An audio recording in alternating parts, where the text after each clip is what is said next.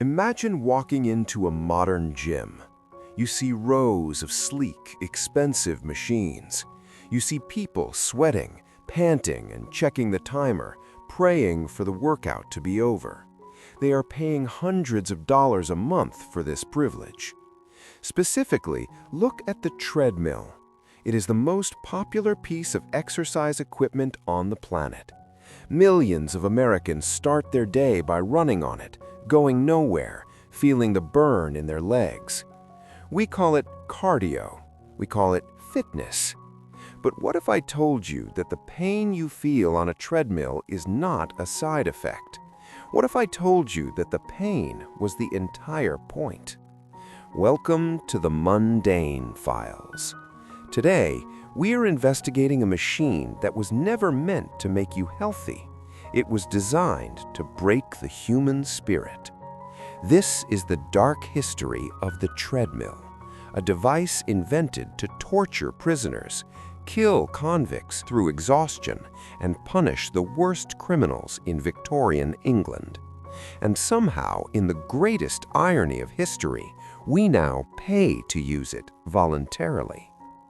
To understand why the treadmill was invented, we have to travel back to the early 19th century, specifically England in the year 1818. At this time, the British prison system was in a crisis. Before this era, the punishment for almost everything was death or deportation to Australia. But as society tried to become more civilized, they stopped hanging people for petty crimes. Instead, they locked them up. But there was a problem. The prisons were too nice. The poor people of England were starving. They had no food, no shelter, and no jobs. Suddenly, they realized that if they committed a small crime, they would be sent to prison where they would get a roof over their head and 3 meals a day. Prison wasn't a punishment, it was a vacation compared to the streets. The British government panicked. Crime rates were skyrocketing because people wanted to go to jail. They needed a way to make prison terrifying again. They needed a machine that could inflict pain without killing the prisoner instantly. Enter Sir William Cubitt. Cubitt was a civil engineer, the son of a miller. He was a man of logic and machinery. One day, he looked at a group of prisoners sitting idly in a jail yard, and he thought, this is a waste of human energy. These men should be grinding grain. He went to his drawing board and designed a machine. It looked like a giant wheel with steps on the outside. It was essentially an endless staircase. He called it the tread wheel. The design was simple but diabolical. Prisoners would step onto the wheel and their weight would cause it to turn. To keep from falling off and breaking their legs, they had to keep climbing again and again and again for hours. Sir William Cubitt presented this machine to the prison authorities. He promised them 2 things. It would grind corn cheaply, and more importantly, it would make the prisoners suffer. The government loved it. The first treadmills were installed in Brixton Prison in London, and they were an immediate success, if your definition of success is human misery. Here is how it worked. Imagine a massive wooden cylinder, wide enough for 20 men to stand on side by side. The men stood in separate compartments, so they couldn't talk to each other. They held on to a handrail at chest height, and then the wheel was unlocked. As the steps moved down, the prisoner had to lift his leg and step up. It was exactly like a modern Stairmaster, but with 0 resistance control and terrible ergonomics. The shift lasted for roughly 8 to 10 hours a day. Let's do the math on that. Historians have calculated that in a single shift, a prisoner would climb the equivalent of 14,000 vertical feet. To put that into perspective, that is like climbing the Empire State Building 10 times in a row, every single day, on a diet of bread and water. It was brutal. The prisoners' leg muscles would scream in agony. Their feet would blister and bleed. If a prisoner was too weak to keep up, the wheel wouldn't stop.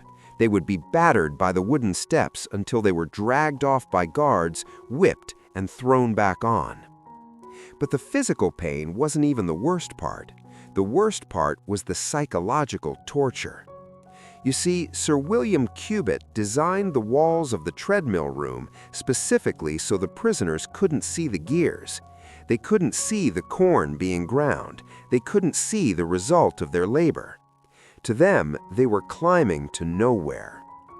In the Victorian era, the Protestant work ethic was very important. Men took pride in their work, but the treadmill robbed them of that.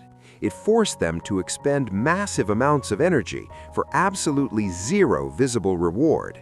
It was the monotony engine. This was intentional. The goal was to break the prisoner's mind, to make them feel like a hamster in a wheel, endlessly moving but never arriving. The treadmill quickly gained a fearsome reputation. In the streets of London, criminals called it the cockchafer or the shin scraper. The mere threat of the treadmill was enough to stop some criminals. But for those inside, it was a living hell. And one of the most famous victims of this machine was a man you definitely know. In 1895, the famous writer and poet Oscar Wilde was sentenced to 2 years of hard labor. His crime, gross indecency, which was the Victorian term for being gay. Oscar Wilde was a gentleman. He was soft, intellectual, and completely unaccustomed to physical labor. When he arrived at Reading Gaol Prison, he was put straight onto the treadmill. It nearly killed him. He spent 6 hours a day on the wheel. He described the horror in his poem, The Ballad of Reading Gaol. He watched men around him collapse. He watched them go insane. The physical toll was catastrophic. Prisoners suffered from heart failure, hernias, and broken limbs. The lack of nutrition, combined with the caloric burn of climbing a mountain every day, meant that prisoners wasted away. They became skeletons. Oscar Wilde survived his sentence, but barely. He died just 3 years after his release, his health permanently destroyed by the wheel. By the turn of the 20th century, the public mood began to change. The cruelty of the treadmill was no longer seen as justice. It was seen as barbaric. Human rights groups began to protest. They argued that prisons should reform criminals, not destroy their bodies. England had banned slavery years before, yet here they were, treating their own citizens worse than livestock. Finally, in the Prisons Act of 1898, the use of the treadmill as a form of punishment was officially banned in Britain. The great wooden wheels were dismantled. They were chopped up for firewood or left to rot in prison yards. For 50 years, the treadmill disappeared from history. It was a dark chapter that everyone wanted to forget. So, how did it get from a Victorian torture chamber to your local Planet Fitness? The answer lies in the 1960s and a new obsession, aerobics. In the late 60s, Dr. Kenneth Cooper released a book titled Aerobics. He argued that to prevent heart attacks, people needed to run. But there was a problem. Running outside is inconvenient. It rains, it snows, there is traffic. Americans wanted a way to run without dealing with the world. Engineers looked back at history. They saw the designs of Sir William Cubitt. They dusted off the concept of the endless path. But this time, they made a few changes. Instead of steps, they used a conveyor belt. Instead of grinding corn, they added a motor. And instead of punishment, they marketed it as luxury. In 1968, the first modern medical treadmill was created. By the 1980s, they were in every gym in America. The marketing was brilliant. They took a device designed to kill you, painted it gray and black, added a cup holder, and charged you a membership fee to use it. Think about the irony for a second. In 1820, if you saw a man on a treadmill, you knew he was a criminal. He was the lowest of the low. He was being forced to do it against his will. In 2024, if you see a man on a treadmill, he is likely wealthy. He has leisure time. He drove his car to a building just to run in place. We have voluntarily accepted the punishment of the Victorian prisoner. And the experience hasn't changed that much. Sure, you can watch Netflix on a screen now, and you have air conditioning, but the physical sensation is the same. It is the monotony. It is the endless path. It is the feeling of working hard but going absolutely nowhere. Psychologists have even found that the treadmill still has a negative effect on the human brain compared to running outside. When you run outside, your brain processes moving scenery. You feel a sense of progress. On a treadmill, your brain is confused. You are working, but your visual reality isn't changing. It induces a state of low-grade anxiety, a shadow of the psychological torture Sir William Cubitt intended. Yet, we love it. The treadmill industry is worth billions of dollars. We measure our steps, we count our calories, we obsess over the same data that prison wardens use to track the exhaustion of their inmates.